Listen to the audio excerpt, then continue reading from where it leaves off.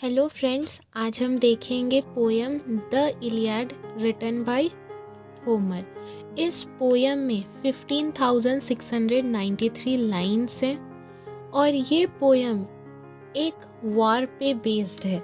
जो वॉर हुआ था इलियन, जिसे ट्रॉय भी कहते हैं, इलियन और स्पार्टा के बीच में। स्पार्टा ग्रीस में है। इलियन और स्पार्टा के बीच में ये वॉर हो रहा था। उस वॉर के टाइम पे ये पोयम लिखी गई है। इलियन को ही हम ट्रॉय बोलते हैं, इस वजह से इस वॉर का नाम है ट्रोजन वॉर। जो वॉर इलियन और स्पार्टा के बीच में हुई, उस वॉर का नेम है ट्रोजन वॉर। तो चलिए पोयम स्टार्ट करते हैं हम समरी इस पोयम की, द इलियाड की। ये एक वॉर है इलियन और स्पार्टा के बीच में।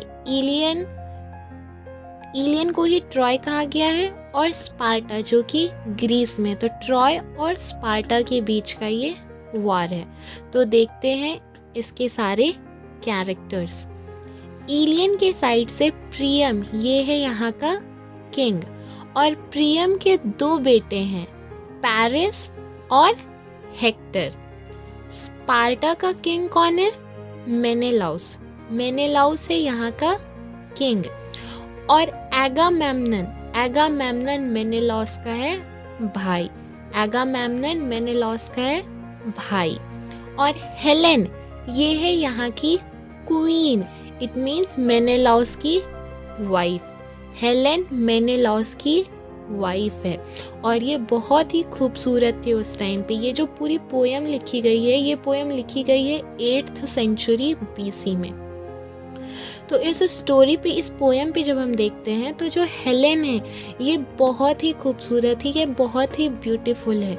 और ये जो भी वार हुआ है, ट्रोजन वार, ये हर कुछ सिर्फ हेलेन की वजह से ही हुआ है। आगे देखते हैं। यहाँ पे जो हेलेन है, ये पहले ही बता चुकी हूँ कि ये उस टाइम की बहुत ही ब्यूटीफुल लेडी थी। ये जो होता है पैरिस, प्रियम का बेटा, यहाँ के किंग जो है उसका बेटा जो होता है पैरिस। ये पैरिस क्या करता है? हेलेन को किडनैप कर लेता है। जिस टाइम पे वहाँ स्पार्टा का किंग नहीं होता है, मेनेलाउस के एब्सेंस में हेलेन को किडनैप करता है पैरिस। और फिर बाद में जब इन्हें पता चलता है कि हेलेन को किडनैप कर लिया गया है, तब ये लोग प्लान बनाते हैं। मेनेलाउस और एगामेम्नन ये प्लान बनाते हैं एक वॉर के लिए, जो वॉर ये इलियन के अगेंस्ट करने वाले हैं। तो उस वॉर के जितने भी प्लान्स रहते हैं, वो सारा प्लान्स एगामेम्नन बनाता करता है।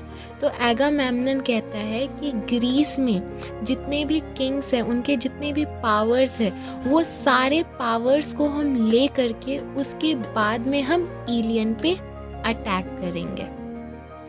तो ग्रीस पे एक आर्मी रहती है, एकियंस आर्मी। अब ये एकियंस आर्मी जो है, ये बहुत ही स्ट्रॉन्ग, बहुत ही पावरफुल आर्मी होती है ग्रीस की, स्पार्टा की। तो इस एकियंस आर्मी के बारे में अब हम देखते हैं। यहाँ एक्लिस ये है head of the Achaeans army. Achaeans army जो ग्रीस में है, इसका हेड है एक्लिस। और एक्लिस की गर्लफ्रेंड है ब्रेसिस। और एक्लिस का फ्रेंड है पैट्रोक्लस। ये एक्लिस की गर्लफ्रेंड ब्रेसिस, एक्लिस का फ्रेंड है पैट्रोक्लस। और ओडिशियस इसका सिर्फ यही काम है कि अगर ये लोग सारे इस आर्मी पे अगर कोई भी कुछ डिसीजंस लेते करते हैं, तो वो डिसीजंस करेक्ट है या फिर रॉन्ग है। अगर वो डिसीजन गलत लगता है तो ओडिशियस का काम है उसको, उसके लिए वार्न करने के लिए। वो सिर्फ बताता है कि हाँ, ये डिसीजन एक तरह से करेक्ट रहेगा या रॉन्ग रहेगा। इसका सिर्फ यही काम है। मेनेलाउस जो कि वहाँ का किंग है, वो आता है एकियंस आर्मी के हेड के पास में, एक्लिस के पास में, और उससे वो सपोर्ट लेता है, हेल्प लेता है। कहता है कि हाँ, हमें एकियंस आर्मी की ज़रूरत है, तुम सबकी ज़रूरत है, क्योंकि इन्हें एक वार करनी है इलियन के अगेंस्ट में।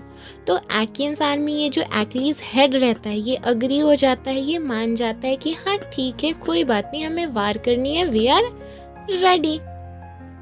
बट उसी टाइम पे क्या होता है कि ग्रीस में एक तरह का प्लेग हो जाता है, महामारी फैल जाती है और उस महामारी में एक एक करके ग्रीस के सारे लोग मरने लग जाते हैं। ग्रीस की पॉपुलेशन धीरे धीरे कम होने लग जाती है। तो वहाँ एक ज्योतिष रहता है, कालकस। ये कालकस ज्योतिष बताता है कि ये महामारी क्यों फैली हुई है। ये बताता है कि पंडित की एक लड़की है जिसे एगामेम्नन अपने पास किडनैप कर रखा है, और जब तक उस पंडित की, उस पुजारी की लड़की को एगामेम्नन फ्री नहीं करता है, तब तक ये महामारी यहाँ पे खत्म नहीं होगी, ये महामारी चलती ही रहेगी। तो फिर एगामेम्नन मान कर जाता है और उसके बाद में फिर वो उस पंडित की लड़की को फ्री कर देता है, वो उसे छोड़ देता है। बट ये एगामेम्नन पंडित की लड़की को तो छोड़ दिया, लेकिन फिर ये ब्रीसिस को अपने पास में किडनैप कर लेता है, ये ब्रीसिस को अपने पास ले जाता है। और ब्रीसिस कौन रहती है? एक्लीस की गर्लफ्रेंड है ये। तो जब एक्लीस की गर्लफ्रेंड को ही एगामेम्नन अपने पास किडनैप कर रखा है, तो फिर एक्लीस को आ जाता है गुस्सा, और फिर एक्लीस कहता है कि ये मेनेलाउस इनका ये हेल्प नहीं करेगा, क्योंकि इन सब ने मिलकर के एक्लीस के साथ में एक तरह से गलत किया है, धोखा जैसा किया है कि ये लोग इसी की गर्लफ्रेंड को अपने पास में किडनैप कर रखे हैं। तो मेनेलाउस और एगामेम्नन जो थे ये कहते हैं ठीक है, अगर तुम्हें हमारा सपोर्ट नहीं करना है, तुम्हें हमारे साथ मिलकर के इलियन के साथ में वॉर नहीं करनी है, तो कोई बात नहीं। और फिर ये दोनों ही मिलकर के लड़ने के लिए चले जाते हैं इलियन के अगेंस्ट। मेनेलाउस और एगामेम्नन जब ये दोनों मिलकर के इलियन के अगेंस्ट में वॉर करते रहते हैं, लड़ते रहते हैं, तो इनकी जो टीम रहती है ये हारने लग जाती है, ये वीक पड़ जाती है, और ये ज़्यादा स्ट्रांग रहते हैं, ये वीक पड़ जाती है। तो इनकी हार होने लग जाती है, ग्रीस की हार होती हुई दिखाई देते रहती है। तो जो पैट्रोक्लस रहता है, ये पैट्रोक्लस को ये देख करके अच्छा नहीं लगता है कि हमारे ही ग्रीस की हार हो रही है।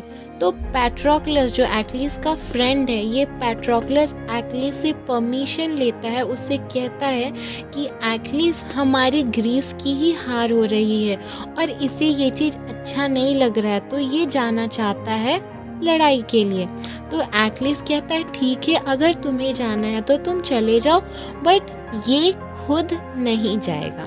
तो पैट्रोक्लस जब लड़ाई के लिए जाता है, तो पैट्रोक्लस अपनी आर्मी के साथ में, टीम के साथ में जाता करता है। तो पैट्रोक्लस, ये ग्रीस की जो टीम रहती है, ये ग्रीस तो ऐसे ही स्ट्रांग हो गया क्योंकि पैट्रोक्लस एकियंस आर्मी के साथ में गया हुआ है, तो ये तो स्ट्रांग पड़ ही गया, अब इनकी जीत होती हुई रहती है।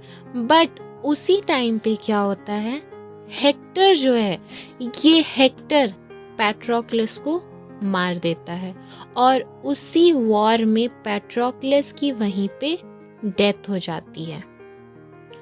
और फिर जब एक्लीस को पता चलता है कि हेक्टर ने इसके फ्रेंड पैट्रोक्लस को मार दिया है, तो फिर एक्लीस भी चला जाता है लड़ाई के लिए, क्योंकि ये अपने दोस्त का बदला लेना चाहता था। और फिर एक्लीस अपनी पूरी आर्मी के साथ में जाकर के इलियन के अगेंस्ट में लड़ाई करता है, और एक्लीस जाए रहता है सिर्फ अपने फ्रेंड पैट्रोक्लस का बदला लेने के लिए। तो ये एक्लीस जाता है और लड़ाई में ही हेक्टर को मार देता है, और हेक्टर को वो बुरी तरह से मारता करता है, और हेक्टर की भी वहाँ पे डेथ हो जाती है, मृत्यु हो जाती है। तो एक्लीस ने तो अपना बदला पूरा कर लिया हेक्टर को मार करके, और फिर एक्लीस ही हेक्टर की बॉडी को अपने साथ ये स्पार्टा ग्रीस ले आता है। और फिर जो प्रियम है, प्रियम वहाँ का किंग है, हेक्टर का फादर है, ये प्रियम फिर ग्रीस आता करता है अपने बेटे हेक्टर की बॉडी वापस लेने के लिए। और फिर प्रियम जो है ये हाथ जोड़ करके इनसे अपने बेटे हेक्टर की बॉडी वापस मांगता करता है।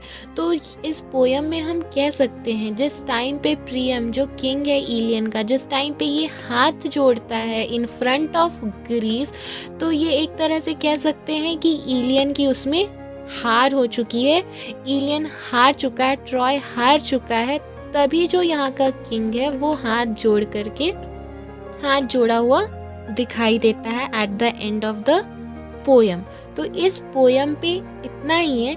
अगर आप सब इसकी आगे की स्टोरी जानना करना चाहते हैं तो ये सारा चीज़ ट्रोजन वार पे बेस्ड है। ये सारा एक्ट जो हुआ क्या, ये ट्रोजन वार पे हुआ है। तो इसका सारा एंड तक की स्टोरी ट्रोजन वार पे ही मिलेगी, ट्रोजन वॉर के वीडियो पे मिलेगी। ये हम सिर्फ पोयम देख रहे थे, the Iliad written by Homer. तो ये थी इस epic poem, the Iliad epic poem की वेरी शॉर्टेस्ट समरी।